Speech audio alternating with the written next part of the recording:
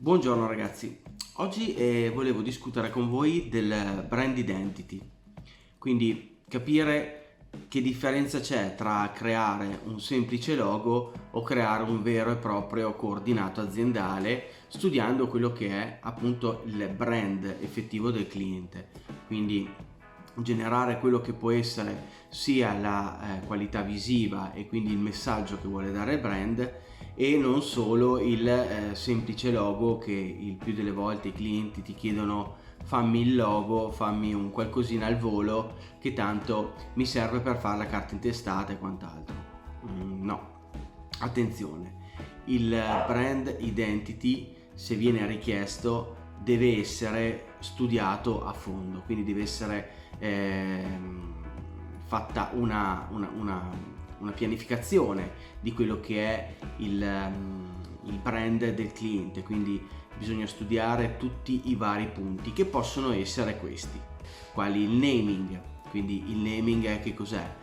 Lo sviluppo e la creazione appunto del nome dell'azienda, quindi il proprio brand, il marchio o il prodotto. Poi abbiamo il logo design, quindi il logo design che può includere appunto quello che può essere carta intestata, biglietti da visita e quant'altro. Naturalmente il logo deve essere l'immagine dell'azienda, quindi deve essere studiato in modo corretto e verificare che ci siano i passaggi giusti, che dia il messaggio giusto in base al prodotto che naturalmente il vostro cliente vende.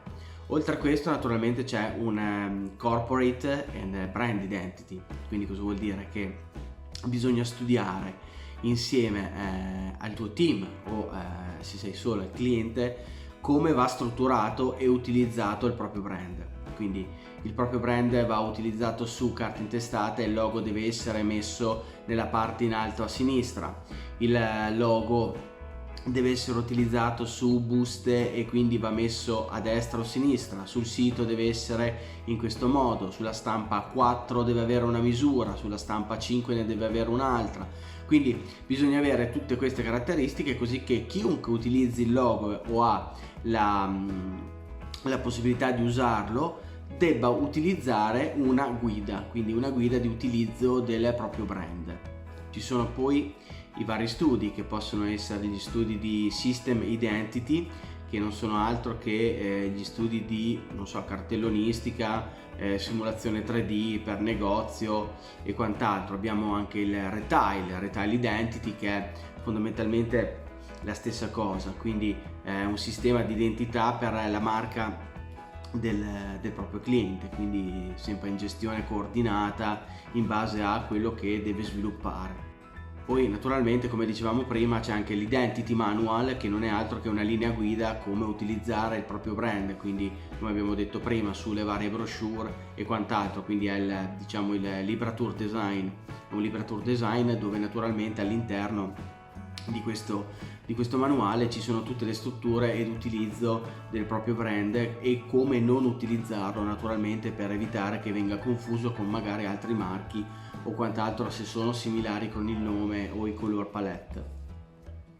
Publishing design è uno sviluppo di progettazione grafica per l'editoria pubblica o di settore, come riviste, giornali, copertine, collane editrici, eccetera eccetera. Ecco. Dopodiché abbiamo un altro punto molto importante che è il digital design, quindi l'aspetto digitale fondamentalmente del vostro brand, quindi il progetto grafico specifico per gestire quello che è un digital brand e quindi da far viaggiare piuttosto che sui social, sulle app e quant'altro. Quindi sempre controllare le misure in base ai pixel che vanno inseriti all'interno di un UX per le app, quindi c'è da stare attenti fondamentalmente della misura della propria app. Poi naturalmente c'è quello che è il progetto vero e proprio di design, quindi la consegna diretta di tutto quello che ci siamo detti al cliente per far sì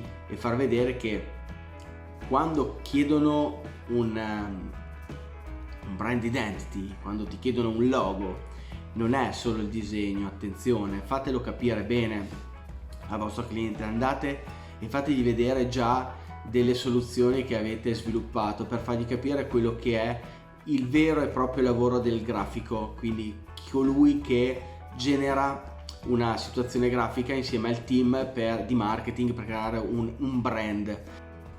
Quindi avete capito che il presentare un semplice mock-up che trovate su Shutterstock o tanti altri motori di ricerca dove vi danno dei PSD già pronti da applicarci sopra la vostra grafica è carino, certo, ma non è un vero e proprio studio di brand identity, non è altro che un mock-up di come verrebbe la sua carta intestata, di come verrebbe fondamentalmente il suo